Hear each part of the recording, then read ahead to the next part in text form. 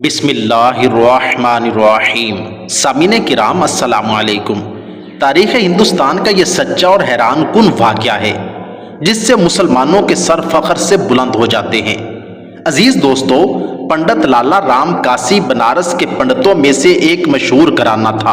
اطراف ہند سے یاتریوں کی بہت بڑی تعداد پنڈت کے گھر میں ہر وقت جمع رہتی تھی۔ اتھیڑ عمر میں پنڈت لالا رام کاسی کے ہاں پہلی اولاد لڑکی کی صورت میں پیدا ہوئی۔ بچی کیا تھی؟ وہ تو حسن کی دیوی تھی۔ پنڈت لالا رام نے اپنی بچی کا نام شنکلا رکھا۔ شنکلا نے 14 سال کی عمر میں ہندو مذہب کی تعلیمات کی تمام کتابیں مکمل پڑھ لی۔ حسن کی پری ہونے کے ساتھ ساتھ شنکلا دیوی عقل و فہم کی بھی مہارانی تھی۔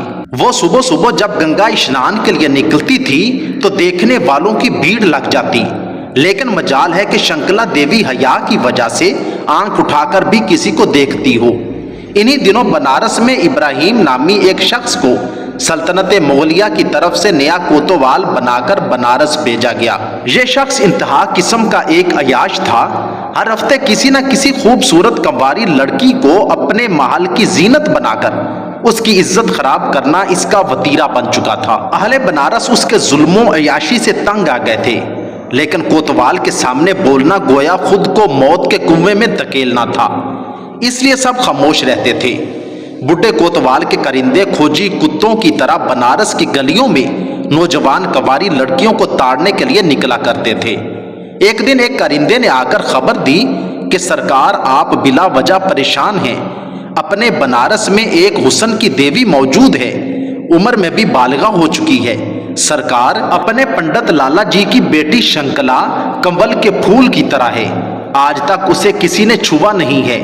اپنے کرندے کی زبانی شنکلا کے حسن کی تعریف سن کر بڈھے کوتوال کی رال ٹپکنے لگی۔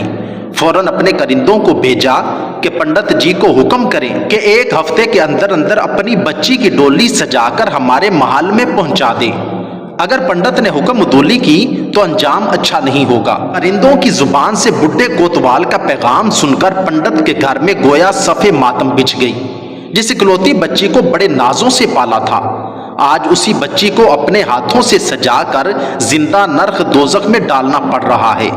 بے خودی کے عالم میں پنڈت اور اس کی بیوی کا دل چاہا کہ بھاگ کر گنگا میں چھلانگ لگائیں اور اپنی بچی کی عزت لٹتے دیکھنے سے پہلے ہی اپنی زندگی کے چراغ گل کر دیں۔ شنکلا نے منت سماجت کر کے اپنے بابو جی کو خودکشی کرنے سے روکا اور کہا کہ آپ کوتوال کے پاس جائیے اور اس سے 1 مہینے کی مہلت لیجیے اور ان سے کہیے کہ مہاراج، ہماری بچی اکلوتی ہے، ہمارے بھی دل کے ارمان ہیں، اس کی ڈولی سجانے کے لیے ہمیں مہلت دیجیے۔ پنڈت کی زبانی خلاف توقع جواب سن کر بڈھے کوتوال کو تو گویا من کی مراد پوری ہو گئی۔ کہا، پنڈت جی جائیے، تمہیں 1 مہینے کی مہلت ہے۔ مہلت ملتے ہی شنکلا نے اپنے باپ سے کہا کہ بابو جی 2 دن کے اندر اندر میرے لیے شہزادوں کے کپڑے، کمر بند، پٹکا اور 1 تلوار کا بندوبست کیجیے۔ اگر بھگوان کی کرپا رہی تو 1 مہینے کے بعد وہ چکی ہی نہیں رہے گی جس سے آٹے کو پیسا جا رہا ہے۔ 2 دن کے اندر اندر شنکلا کو مذکورہ تمام چیزیں پنڈت نے مہیا کی۔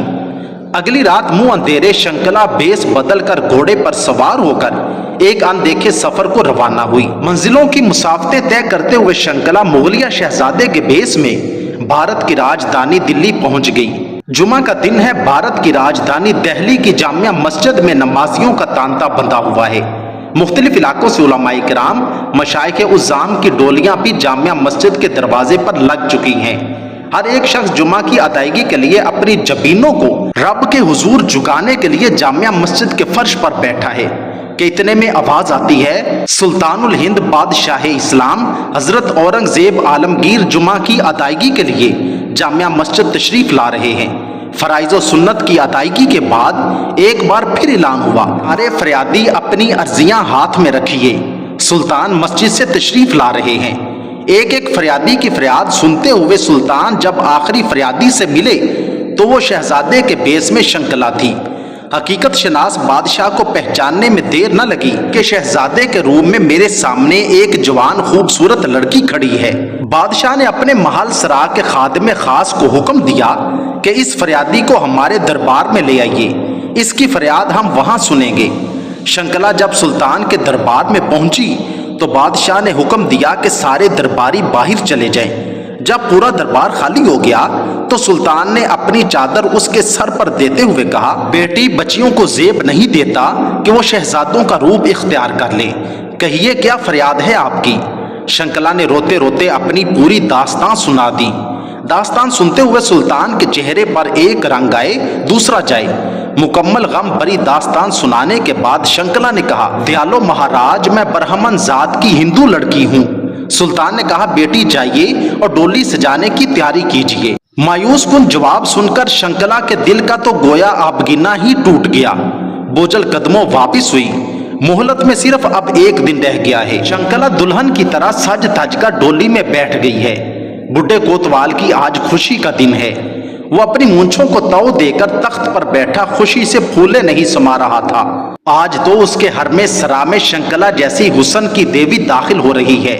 بڈھے نے اعلان کیا، جب تک میں فقیروں میں روپے پیسے نہ لٹاؤں تب تک شنکلا کی ڈولی حرم میں داخل نہ کی جائے۔ پورا اہل بنارس کوتوال کے ظلم سے تنگ ہے۔ کمزوری کی وجہ سے کوئی بھی بول نہیں پا رہا۔ فقیروں میں پیسہ لٹائے جا رہے ہیں کہ اتنے میں ایک فقیر کی آواز آتی ہے، مہاراج ہم پر بھی کرپا ہو، ہمیں بھی کچھ دیجیے۔ بڈھے کوتوال نے ناگواری سے جواب دیا، جو روپے زمین پر لٹائے جا رہے ہیں وہیں سے اٹھائیے۔ فقیر نے التجائی لہجے میں کہا، مہاراج آج تو آپ کے من کی مراد پوری ہو رہی ہے، اس لیے ہم چاہتے ہیں کہ ہمیں آپ اپنے ہاتھ سے روپے دیں۔ روپے نکالنے کے لیے بڈھا کوتوال جو ہی مڑا تو فقیر نے میلا کچیلا لباس پھینک دیا۔ اب جب بڈھے کوتوال کی نظر پڑی تو کیا دیکھتا ہے کہ سامنے سلطان اورنگزیب عالمگیر کھڑے ہیں۔ مارے خوف کے بڈھے کا خون خشک ہو چکا تھا، پاؤں میں گر کر معافی کا طلبگار ہوا۔ سلطان نے جلال بھرے لہجے میں کہا، تجھے اس لیے کوتوال مقرر کیا گیا تھا کہ تو میرے رعایا پر ظلم و ستم کرے، بچیوں کی عزتیں برباد کرے۔ اتنے میں سلطان کا فوجی دستہ بھی پہنچ چکا تھا۔ سلطان نے حکم دیا کہ اس کے دونوں پاؤں میں زنجیر باندھ کر ہاتھیوں کے ساتھ باندھ دیے جائیں اور ہاتھیوں کو مخالف سمت دوڑایا جائے۔ کوتوال کے دو ٹکڑے ہو گئے اور یوں بڈھے کوتوال کو عبرتناک سزا دے کر سلطان نے انصاف کا حق ادا کر دیا۔ شنکلا کی ڈولی واپس باعزت اس کے گھر پہنچا دی گئی۔ خیریت معلوم کرنے کے لیے سلطان بھی وہاں پہنچ گئے۔ سلطان نے کہا، بیٹی سب سے پہلے مجھے پانی پلائیے، کیونکہ میں نے تمہاری فریاد سننے کے بعد قسم کھائی تھی کہ جب تک تجھے انصاف نہ دلاؤں کچھ کھاؤں پیوں گا نہیں۔ سلطان کے بھوجن کے لیے شنکلا نے کھانا تیار کیا۔ اپنے گھر کے ایک حصے میں سلطان کے نماز کے لیے جگہ کو صاف کیا، جس جگہ سلطان نے دوگانہ ادا کیا۔ شنکلا کے باپ نے اس جگہ کو مسجد کے لیے خاص کر دیا۔ سلطان نے چاندی کے پتھر پر ایک حکم نامہ لکھا کہ اس مسجد کا انتظام یہی ہندو خاندان والے سنبھالیں گے۔ دھریرا نام کی یہ مسجد آج بھی گنگا کنارے اسی جگہ واقع ہے۔ ممکن ہے کہ کچھ دنوں بعد پنڈت لالا رام کاشی کا گھرانہ مسلمان ہو گیا ہو۔ یہ تھا اسلام کا نظام انصاف، اور ایسے ہوتے تھے مسلمان بادشاہ۔ اللہ تعالی ہمیں بھی ایسے ہی حکمران عطا فرما دیں اور ان چوروں لٹیروں سے ہماری جان چھڑا دیں۔ آمین ثم آمین۔